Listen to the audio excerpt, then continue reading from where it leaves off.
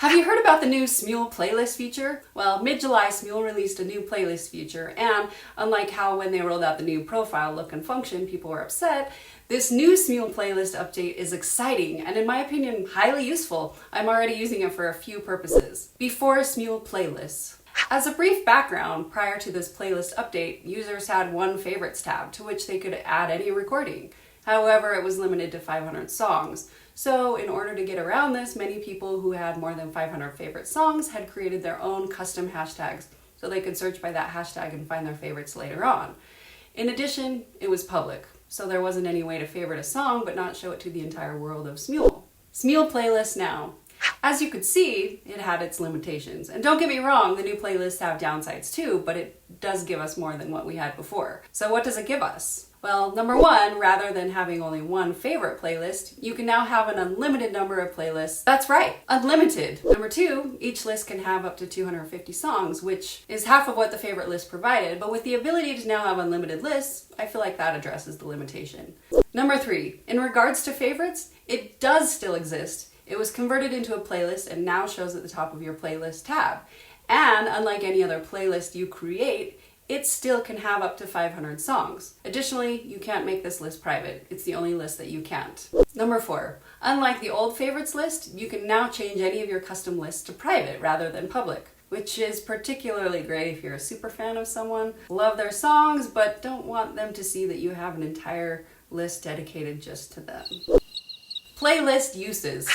These new playlists have added the ability to do more things than the old favorites list did. At least that is without making it public and putting songs in your favorites list that weren't really your favorites. Here's just a few examples of new ways to use them. Number one, move your old OC song joins into its own private list. With the ability to join virtually any duet now, regardless of their default 7-day expiration, it's harder to keep up on listening to joins. At least for me, and I've heard this is a shared feeling among others. So now just create a new private list, and when you see a join on an old OC you had opened but don't have time to listen to it now, just move it on over to that list. Number two, move songs you want to open later into its own private list. Most of you know you can bookmark particular songs that you'd like to open later that are saved in your bookmarks in the About tab. However, if you're not aware that you could do this, you may want to watch one of my previous videos that are all about bookmarks. I even made an updated one for Android devices if you're interested. I'll put the links in the description. That is great functionality. However, you can only bookmark the songs themselves from the Songbook tab or from searching. But with this new playlist feature, you can create a private list that when you sing or see a song someone opened that you'd like to open in the future, you can save it to your dedicated playlist for later. Number three, similarly, save the other person's OC that you'd like to join to a new private playlist. As most of you know, duet bookmarks by default show for 7 days, but often life catches up with us and we're unable to join before bookmarks expire. Then, unless you made note of it elsewhere, you're likely to forget about joining it later. So now you can save songs you'd like to join in a playlist that won't ever expire. Number four. Now, besides these, you can of course also create playlists of certain genres, groups, or categories, however you'd like. Can you think of any other creative ways to use these playlists? If so, put them in the comments below. I'd love to hear about them. And I may make another video about it if there's enough new ideas. Few things to note. Firstly, as I mentioned earlier, keep in mind that you can only have up to 250 songs in any one playlist. Next, the cover art of the first song you add in a playlist will be the entire list cover art. The song will also be the first song listed. Lastly, you can't change the order of songs listed. When you add a song to a playlist, it will add it to the bottom of the existing list. So if you want a specific song at the top, unfortunately, it needs to be the first song you put into the playlist. As a side note, to help with this, I created another private playlist, just so I can remove songs from one playlist and dump them into another playlist. Also, I can re-add them to a particular playlist in the order I want shown. So how do I use playlists? Fortunately, playlists are straightforward. They are very similar to the add to favorites or bookmark invites feature most of us are already used to. To add a song to any of your playlists, just click on the three dots on the upper right of any song you'd like to add, then select Add to Playlist.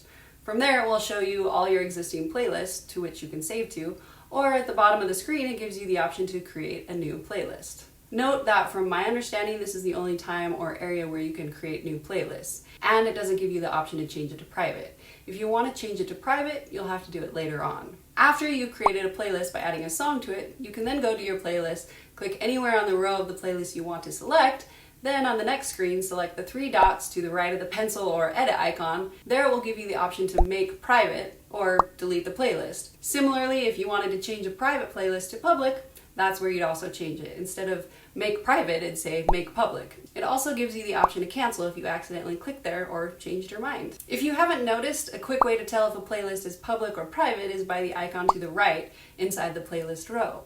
If it's a lock, then it's private. If it's a world icon, then it's public. So what's the future of playlists?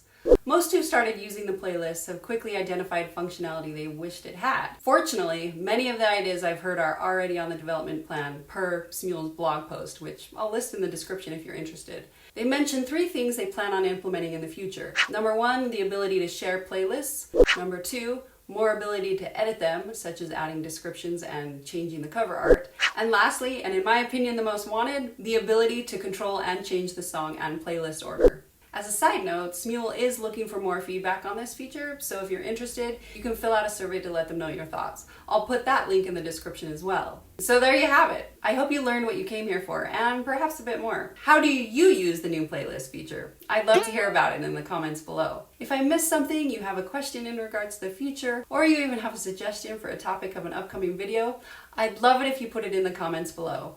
If it's a question and it's related, I'll do my best to answer it. If you found the video useful and you think others may benefit from it, feel free to share it and then hit that like button so YouTube can share it to others who may also find it useful. And lastly, I'll be making more tutorials in the future.